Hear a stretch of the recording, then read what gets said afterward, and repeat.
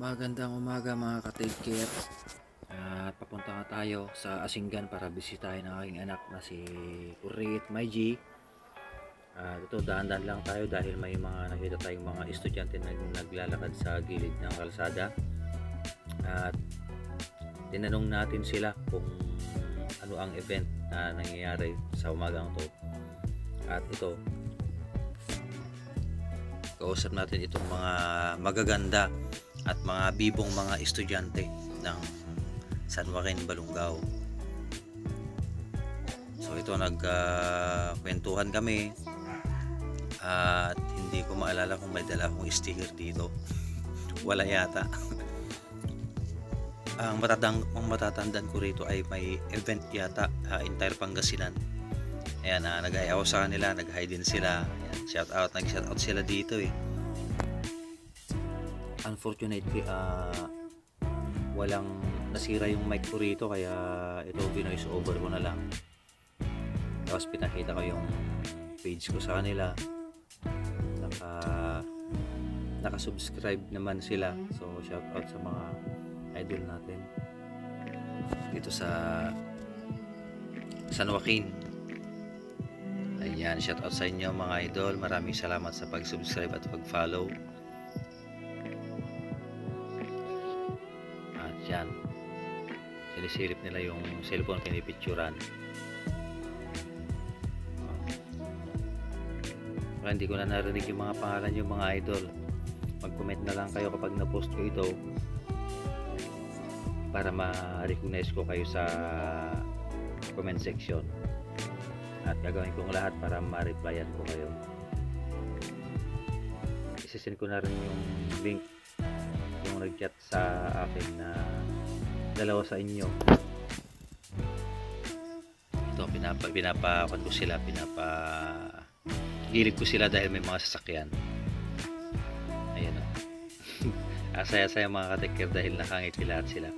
Ito, mas naging good vibes yung biyahe ko papuntang Asinggan, mas kompleto dahil nakuusap ko itong mga bibong mga estudyante ng San Joaquin, Balungao, Pangasinan.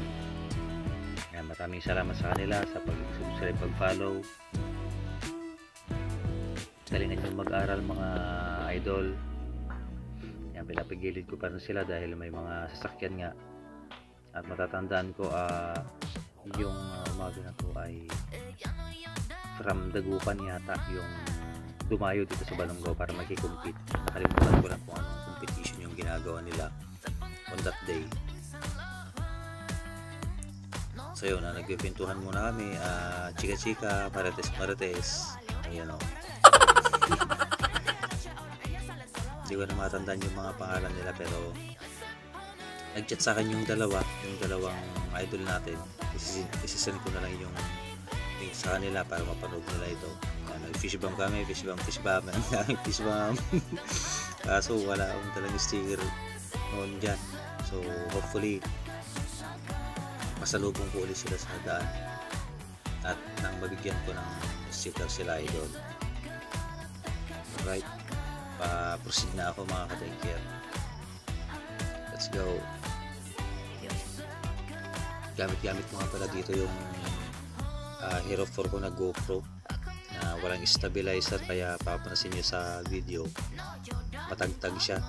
Tapos yung battery bilis malobat.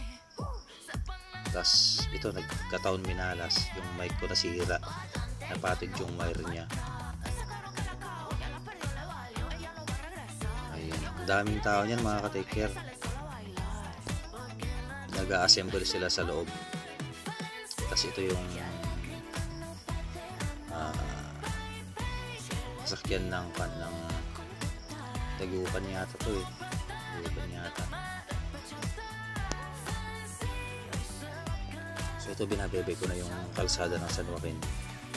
Dito ako nag-shortcut papunta ng Asinggan para mas mabilis yung biyahe, dahil ito yung pinakamabilis na daan papunta ron kila Nanay ko Maiji. So yun lang yung video natin mga ka-take care. Please subscribe, ka-take care. Maraming salamat po.